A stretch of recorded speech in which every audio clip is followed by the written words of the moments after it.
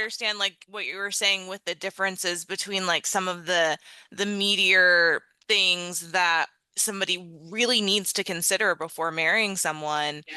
versus some of the more superficial things like height.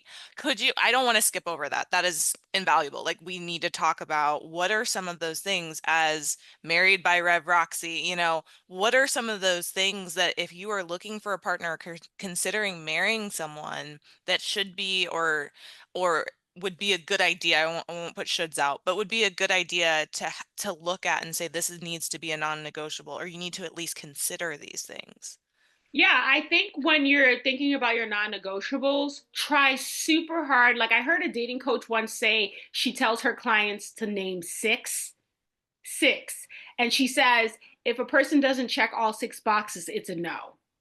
But you have to be very careful about what those six are going to be. I don't think you should be very frivolous in naming them. And I would even go as far as saying, as a marriage counselor, try really hard to not let it be any type of physical or material thing. Because, I mean, so a physical or material thing would be like he needs to make six figures. Like that's often one that I've heard, right? And people get so angry about this, really. They don't like these rules because they're like, how are you? You're telling me to lower my standards. You're like, and I'm like, I'm not. I'm just saying, can you name any characteristics? Talk about the person's character. What, like, talk about that. Like, I think the struggle is really about the sad part. The tragedy is people can't talk about character. They Mhm. can tell you 6'5", they can tell you six figures, they can even name the jobs that, they can say entrepreneur, but they can't say, I need him to be a very transparent individual, like almost overly transparent. I can help somebody pull back a little bit. Like when I met Josh, he was overly transparent. He told me things on the first date that I was like, do you like me or not? Because why are you telling me things about your life that like aren't pretty? Like I don't want to know these things right now in this process. But it's easier when someone's just willing to give you transparency and then to say, you don't have to tell me that, share right now that part, than for someone to be someone who approaches you and hides things. Craft with great craft. Like that's scary to me, right? So I need in the dating realm to hear people talk more about character than physical things, right? What job he's going to have. And like, yes, those things are important, whether you're going to be attracted to the person. Absolutely. But with the things you're probably going to go through in marriage, I guarantee you the character of the person is going to be the thing that matters. I guarantee you him being 6'4", yes, he can reach in a high cabinet and get you something, but like really how else is that serving the marriage? Like I just need people to get to the place where they're so thirsty for a quality relationship that they're understanding that those six things they need to name, the non-negotiables, need to be about the person's character. Yeah. And so that's a good exercise if you're dating to really bog down, you know, a, a 4 out of 6 non-negotiable list where you're talking about character and not physical traits. So the things like how much money he makes or how much money they make or how tall they are or those things or even like for me at first I thought I wanted somebody with a college degree because I had a master's degree and I knew all of these things that I wanted to go and do and like to me like education is a big value, and my husband when we got married didn't have a college degree. And if that was on my non-negotiable list, which for some reason it wasn't, it probably like that is thinking about the value that it was, like I'm surprised I didn't put it there, but I'm glad I didn't because my husband now has a degree and has grown into that person and now values education and is thinking about a master's. Like those things are really awesome, but he was able to grow into that person. So I think like you're saying is like there is always room for growth. There's always room to grow together, which is such a big part of a marriage is being able to grow into those people as well.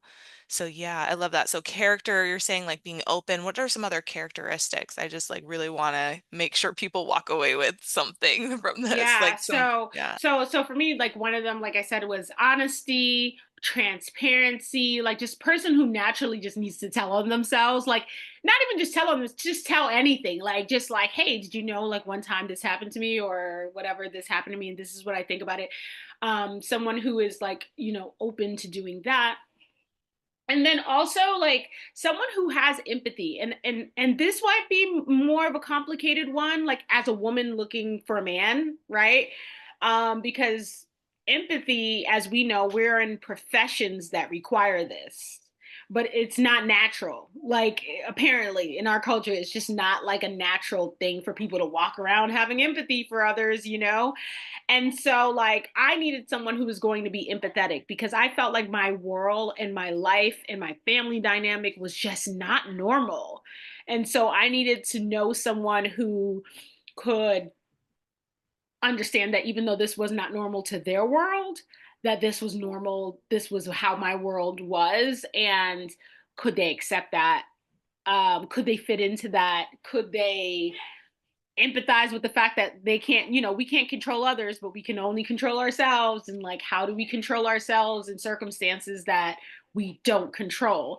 And so I felt really blessed to have someone who could have empathy, and the empathy changed over time, right? So for example, I'm in an interracial marriage. And so Josh and I did not come from the same political perspectives, or his, like, forget about politics for a second, even historical like understandings, like that the same historical understandings. And so it's almost like we had to like teach each other like about like each other's perspective. And now we've developed our own as a married couple. We have our own perspective. We know what page each other is on. And we give space for all of that. And so even something, a dynamic like that, being in an interracial marriage, calls for the empathy to actually work and be activated. Like to work and be activated, because you come with your own set of passions and understanding and worldview. And that just doesn't magically change because you've fallen in love with someone who looks extremely different than you, or comes from a whole different culture than you. Because even though we're both from the United States, New York and Colorado are not the same places, and not the mountains of Colorado are not the same places as New York City. Extremely different. And so like that was another thing that was very important to me. I also, but what's weird is I wanted someone who had empathy and all of these things, but at the same time, you're looking for a leader, right? So it's like, it sounds like there's a dichotomy there, but like all of these things develop over time. You almost have to find someone. When I say the potential, and I really hesitate to use that word because people take potential to a different type of degree. They be like, I see the potential in this person. I'm like, where? Where? I think you want to see it. I don't see it. But potential means there are actual evidence of these things in the real time. But what I'm saying is over time it can grow, right? Over time it can grow and it can get stronger or better. He showed evidence of these things almost immediately. Almost immediately. We got married while at training. Then he moved from Colorado to New York the very next month, right? Because now we're married, we're not dating. So he just like that's maturity. Most people would have been still arguing about where they're gonna live, or you come to my city. No, you come to my city. And he was like, I'd be willing to give up my world and my life, and move to New York City with no job and no like knowing what we're gonna do. Like we literally were starting from zero, right? Still graduating from seminary. We weren't done. We were chaplain candidates. We weren't even chaplains yet. We started from zero and we built from zero to where we are now. And there were ups and downs, there were disagreements, there were many days of not being on the same page. And guess what? I'm a type A personality. Remember, that's how I got on Survivor. So you're not dealing with a woman who is very much like, wherever you go, I'll go. No, I always have a plan. I already have a plan, and I expect you to maybe buy into my plan because I think I have the better plan.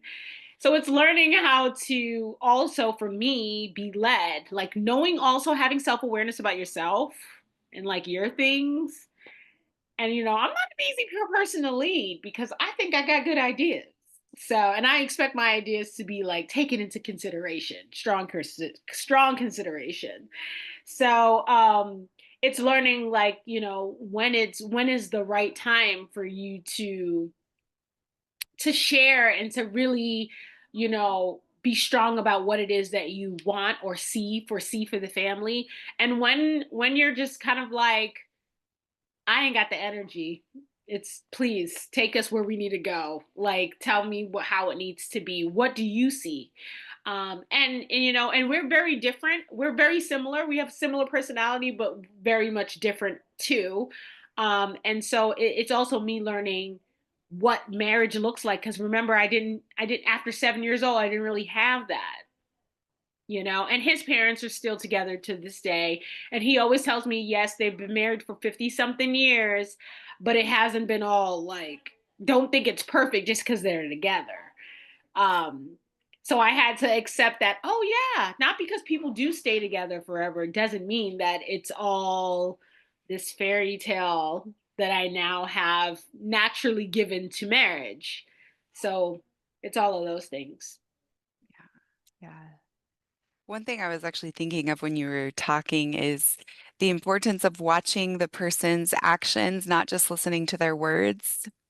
So this is invaluable advice that a therapist gave me because I was trying to understand why my husband left me after we'd been married for 5 months. Like, what in the world happened? And my therapist said, he had a lot of great words and promises that he broke. But his actions just never backed up those words. Mm, And well, he didn't say never, but the therapist said he said a lot of nice things, but the action isn't there. And so I think that that was so valuable for me to learn to watch behavior. And I met somebody in November that Sierra connected me with. Sierra has been praying to find me my person, and I think she has. I think she did it. We're very happy. I'm And excited. yeah, thank you. It's so exciting and so beautiful and so happy, and it just feels so easy and good and right. And, one of those like just gifts and miracles. It just feels that way. But I watch him so closely, and sometimes I have to reach out to Sierra, and she reminds me not to freak out because I'll like freak out about any little thing that could be any little flag. I'm just hyper vigilant. I'm working on that, like not being so vigilant, but I observe. And so for me, one of the biggest things is I want to see how a potential marital partner does with kids. And so my sister, brother-in-law, and nephews came to visit, three little boys, and I'm just watching him, just watching. And he is just showing through he is that he's great with kids and he loves kids. Like, like I realize that man is better with kids than I am. Like I thought I was good with kids. And so it's just so cool to like value myself enough to watch. Whereas, like before, I didn't value myself enough and I just believed whatever a man told me that, oh, yeah, like he's making this promise, he's going to do this. And now I'm like, no, because of my past, I need to see. I need to see. And so I just want to give hope for listeners who have been burned. Like, I've been burned in marriage, that I've had my heartaches over that. But like, there is hope. And you do deserve someone who will treat you better and watch them. Watch them. I think that's the biggest thing. Yeah. You have to open your eyes and you have to do the hard part. The hard part is watching them and analyzing and saying like that person's of their word or they're not, Yeah. Yeah. you know? And being honest with yourself about that. Now, people might have said to me, well, you only know him for 3 weeks. People can pretend. I was taking a huge risk. I admit it when people say that. I'm like, you're right. I was taking a huge risk, right? But also, there's a difference between walking in the this is a very complicated term, walking in the will of God and not walking in the will of God, and knowing and remembering the difference, right? And I really truly do believe that when people are walking in the will of God, that all things do work together for good, like even when they don't appear to be. That's evident in scripture. That's just evident. Like things will not appear to be a good thing or going down a good path and then end up being for the good. And Yeah. it's like, whoa, if that bad thing didn't happen, then this other thing would have never happened, right? So I keep telling myself, if I value me, then if my parents never got married and had me, then I wouldn't have existed to be able to do whatever it is I do today that makes people feel like I'm doing something good, right? Yeah. Maybe their getting together was all for the sake of creating me. Like, wow. Like, that's the other flip side to flipping something negative into a positive, right? Like, do you think God would have brought two people together just to have created me because that's just how it needed to happen? And it might sound ridiculous, except that's the Jesus story, right? I always think back in my vows, my original wedding vows, when we eventually had an actual real wedding. Um, I say to Josh that he is my Joseph. Joseph, as in Jesus's stepfather, right? So, like, when I read the Bible, I feel like literally Joseph's whole existence was to be Jesus's stepfather. Period. We don't hear anything else in scripture about the man. Like his claim to fame was that I married the woman who was pregnant with God's baby. that's that's all we really know in terms of like, why are you important? You know what I mean? And what if his whole life and his whole existence was for that purpose? We would all say, looking back, like, yeah, that was your purpose. But it sounds like such a minute purpose, right? But not really. And so for myself, I try to look at it that way too. Like sometimes people have been brought into the world for a purpose that seems so simple and so singular, but so important.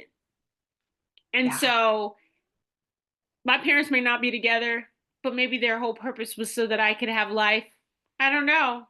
I got to look at it that way. It's adding up to be that way, you know? And Yeah. so, because I tell my mom all the time, didn't you see the red flags in my dad? Because he's just a walking red flag. Like I don't know, And she always tells me he wasn't quite like this when he was younger, and I'm like, well, that's scary, like that people could change, and it's true, people can change, Hmm. right? Hmm. So, kind of having an open heart and being gentle with yourself. That like, even if you did see past the red flags, it happens. Yeah. Yeah. And Well, maybe you needed to go through certain things to finally get to the point where you're like, I'm paying attention. I'm yes. paying attention. I'm not letting anything slide this go round, you Yeah. know? Yeah.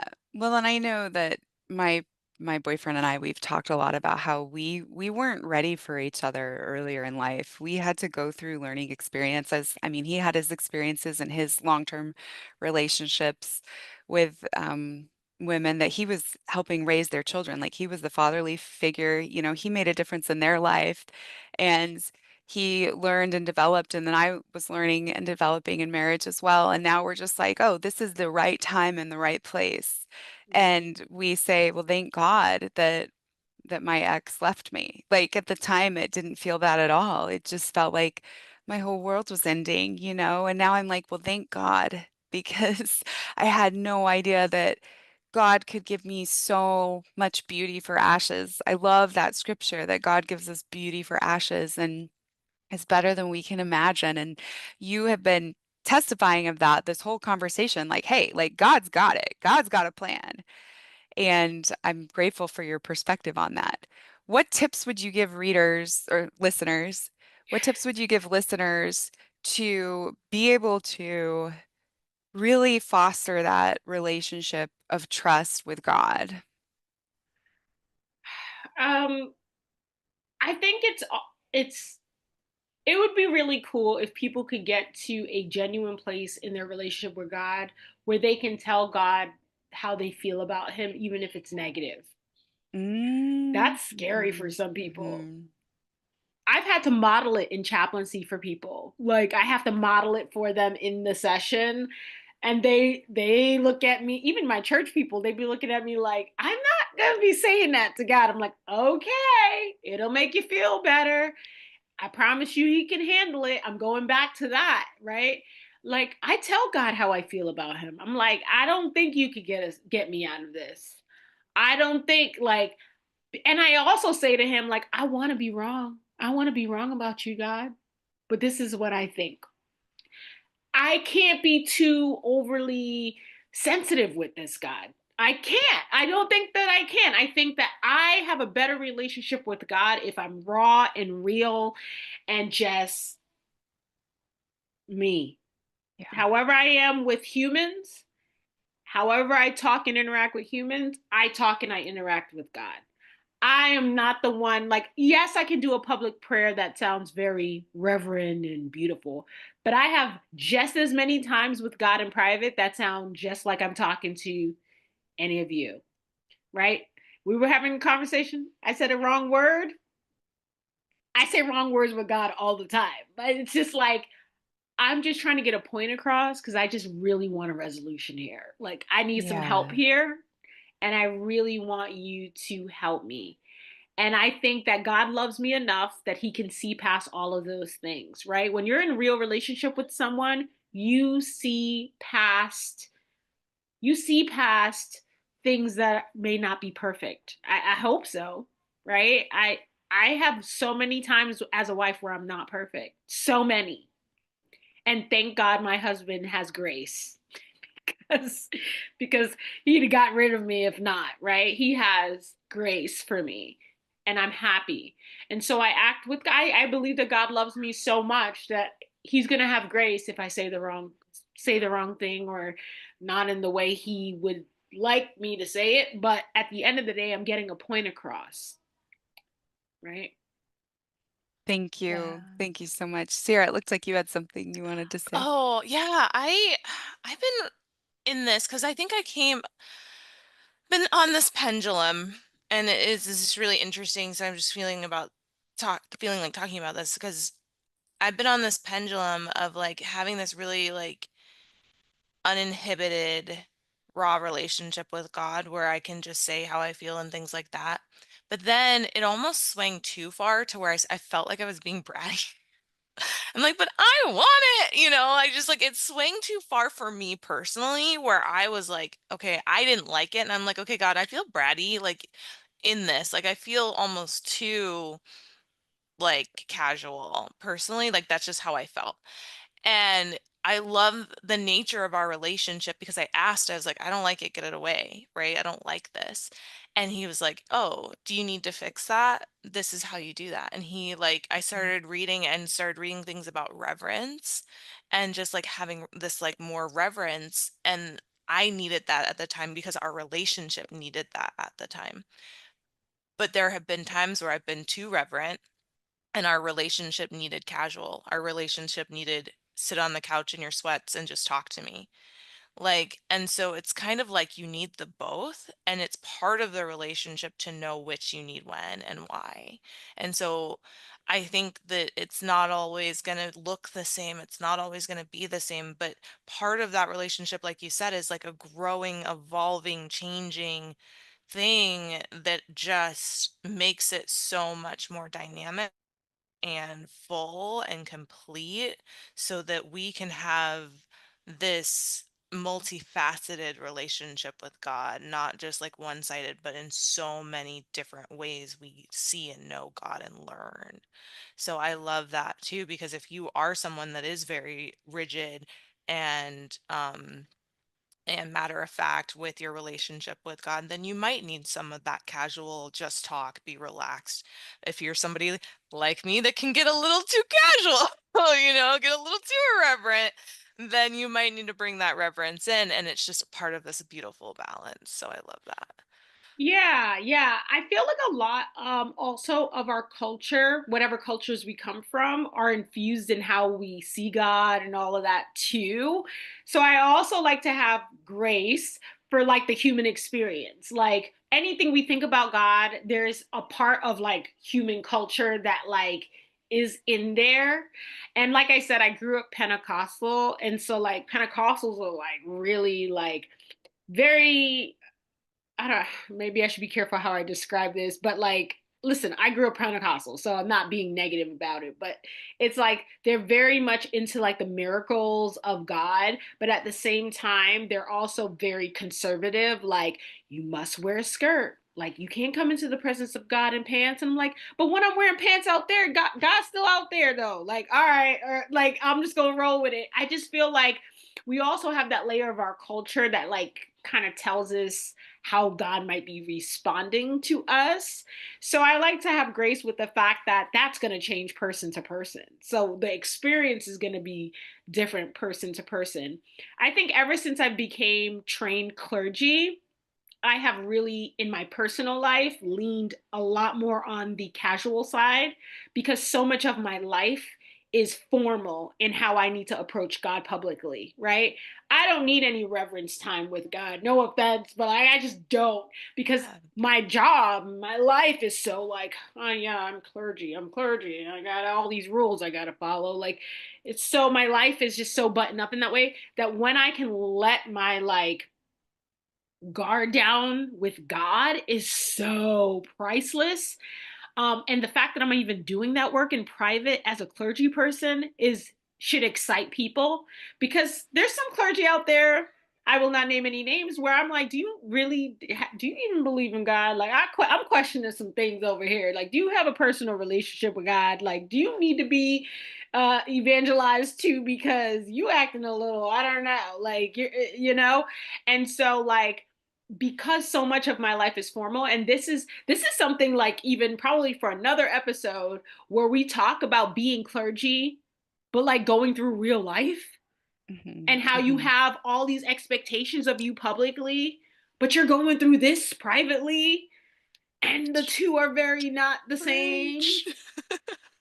so Preach. so Yeah. in my Yeah. private time, I honestly I say, God, I'm not giving you none of the the pulpit stuff. I do that all the time. I give you that all the time.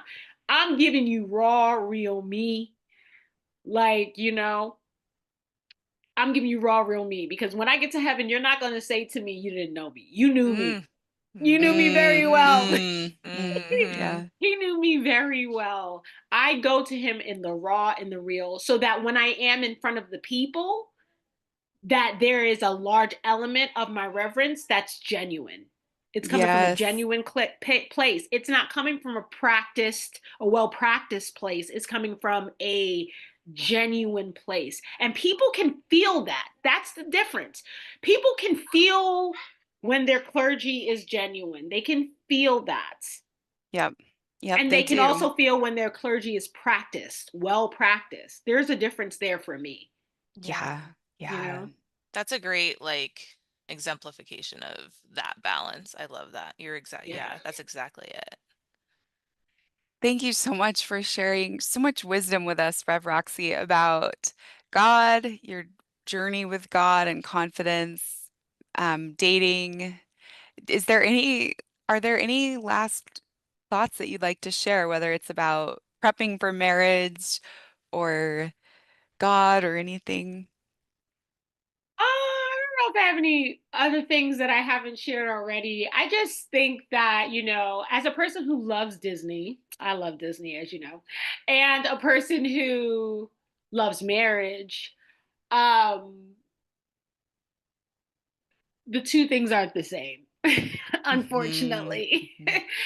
There's elements that can be like connected, but there's a large part of it day in, day out that doesn't look like a fairy tale, but it doesn't mean the fairy tale isn't present, right? Same thing for God. Like, um, just because it's a dark time doesn't mean God's not there. And so I really would love to leave everybody with the understanding that God is consistent. He's not like us. He doesn't flake. He is consistent. If you don't remember anything else about God, He is consistent. And so, some of the most darkest of times is probably where you're experiencing Him. Hmm. And I don't know how that translates to people. I don't know what that means for them.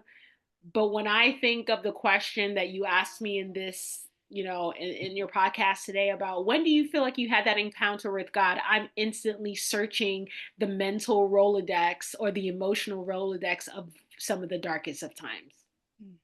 Mhm. Yeah, I agree. I agree that it's been in my deepest moments where I have most deeply communed with God. Those moments of the dark night of the soul, the grief, the pain. And I don't think God is wishing any of that upon us. No, I don't believe in a God who's like, I'm handpicking this heartache for you. I do not believe in that no. at all. I do believe that God is always present and that when I turn to him in my suffering, that's like just an opportunity for me to recognize that consistency when it feels like no one else is consistent. So thank you for sharing that powerful testimony. Yeah. Hi, My cat. cat is Destiny is on board too. So she's I been was gonna ask you, how are the the cats? cats are good. Thank you. Good, good, They're good. good. We are so Um, grateful for you. oh, sorry. I was just saying I was wondering if there was like one last like actionable item that somebody could take away today and work on this week. Um, if you had a thought about what you want to leave listeners and viewers with for one Um, actionable item.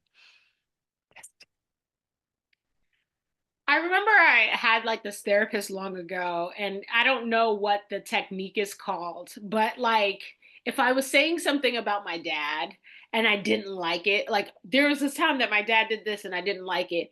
His next like activity for me in the session was always like, I'm your dad. Talk to me. Tell me what you wanted to really say. And I used to hate when he did that, but it was always super powerful. I was probably going to end up crying every single time he would do that. That's why I didn't like when he did it, because it's always getting to the root of things. I would tell people, and this is an actionable thing, if you can, I know this sounds really silly, if you have an object or a thing or whatever that you want to call God, because sometimes people find it hard to pray if they are not a prayer and they haven't done it. But if you have an object or a thing or a space that you want to make being in the presence of God, perhaps you should do that so that you can begin having a relationship with God and having conversation with God that's genuine. So if it's a mannequin that you have, whatever, a mannequin you put your wig on, I don't know, whatever, some place, some space that you can call being in the presence of God, so that when you go there or when you look at this thing, you can begin to do the exercise of talk directly to that thing like it's God. That's the exercise I would give everyone tangibly. So, and whatever God looks like for you, maybe you don't even have a religion and you're listening to this, but a higher power. You're in the presence of that higher power, or you are talking to the higher power when you see this object.